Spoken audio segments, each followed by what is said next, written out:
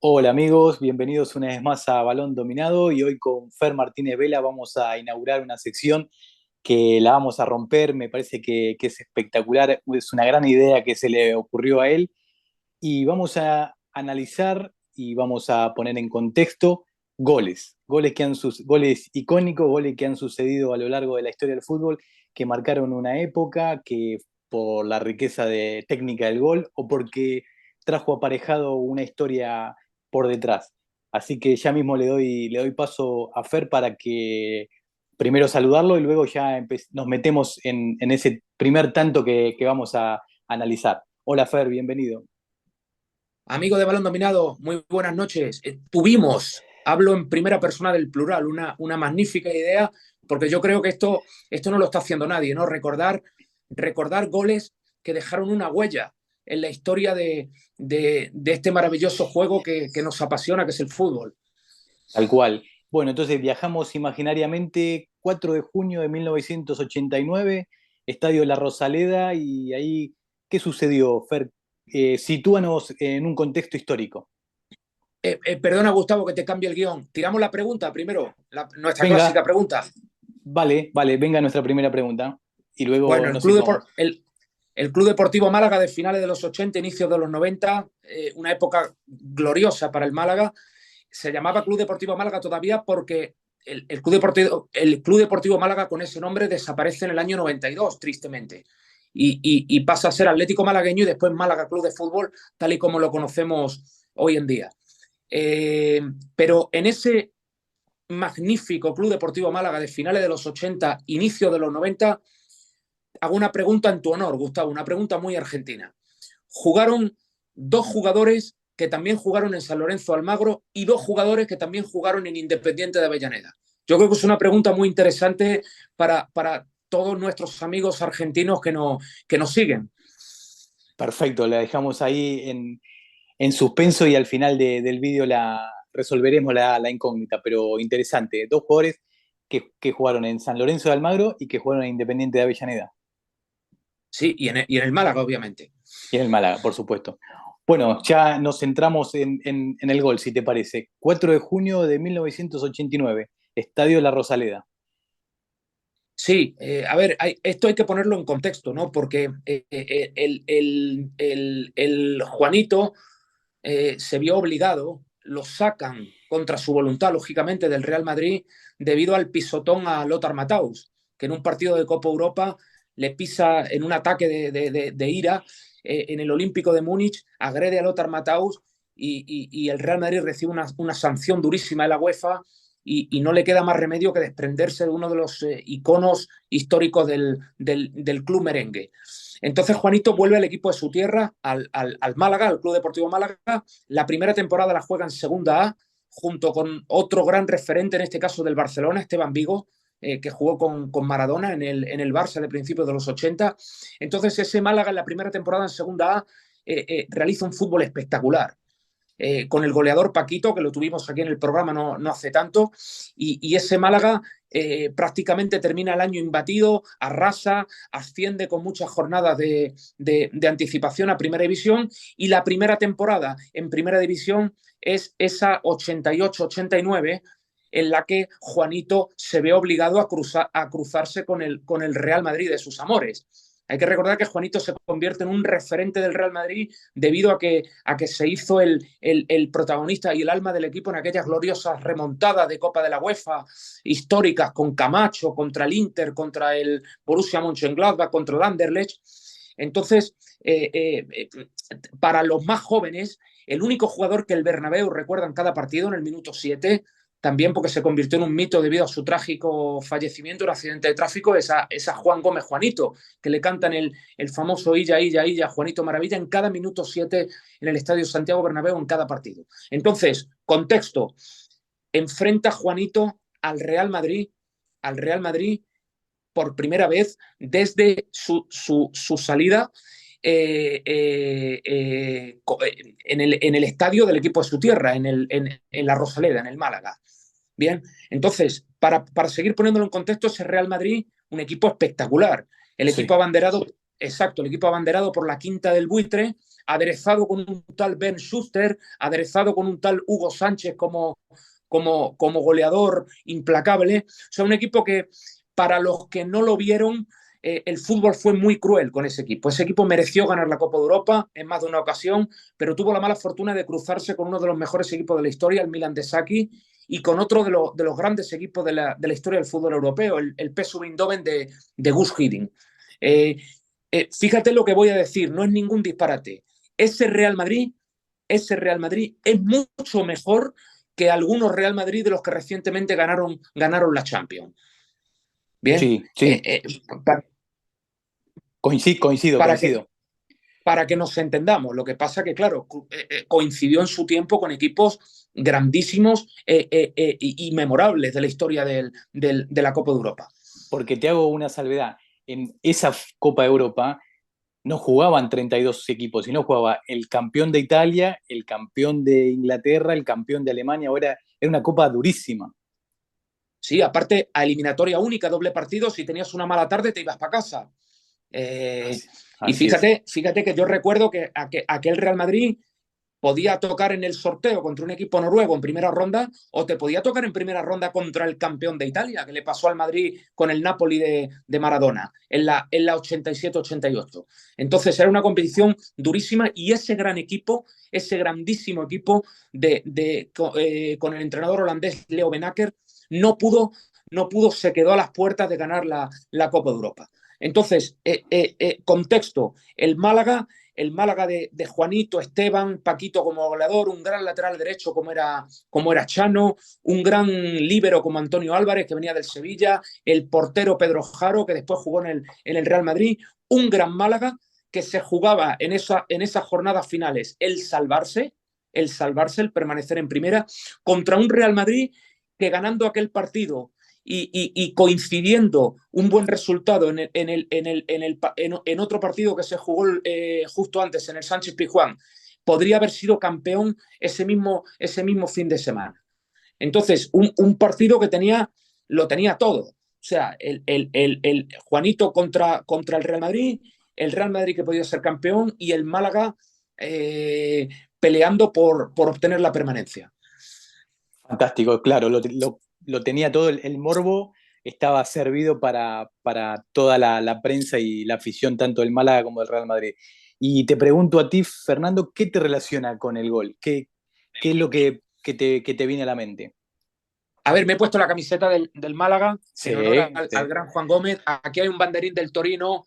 Tristemente, Juanito fue a ver un Real Madrid-Torino el 1 de abril del año 92 y fallece el 2 de abril regresando a Mérida, porque él entrenaba al Mérida en aquella época, justo después de aquel partido. Y aquí está mi foto, fíjate si me relaciona. Mi foto yo como jugador de las categorías inferiores del Málaga con el gran Juan Gómez, Juanito. Genial. Sí, yo después voy a dejar en el vídeo el link del programa que hicimos en Cueli del Palone, ese homenaje a Juanito con sus ex compañeros, donde ahí lo homenajean y muestran la calidad de ser humano que era Juanito. Pues fíjate si me relaciona que mis padres, o sea, yo sabía los jugadores, fíjate mi pasión por el fútbol, conocía a los futbolistas antes que saber leer correctamente o multiplicar y dividir correctamente. Que mis padres, que eran muy, muy jóvenes, me acuerdo que teníamos un piso muy humilde alquilado muy cerquita del estadio La Rosaleda, que para mí era Disneylandia. Estábamos en la Alameda Capuchino, se bajaba a la Herba, se llegaba al río y estábamos en el estadio. Pues mis padres, que eran, fíjate el mérito de mis padres, porque yo ahora que veo a los chicos con 22, 23, 24 años, que ahora estarán haciendo botellones, hoy que es viernes por la noche, pues mis padres con esa edad estaban tirando de una familia adelante y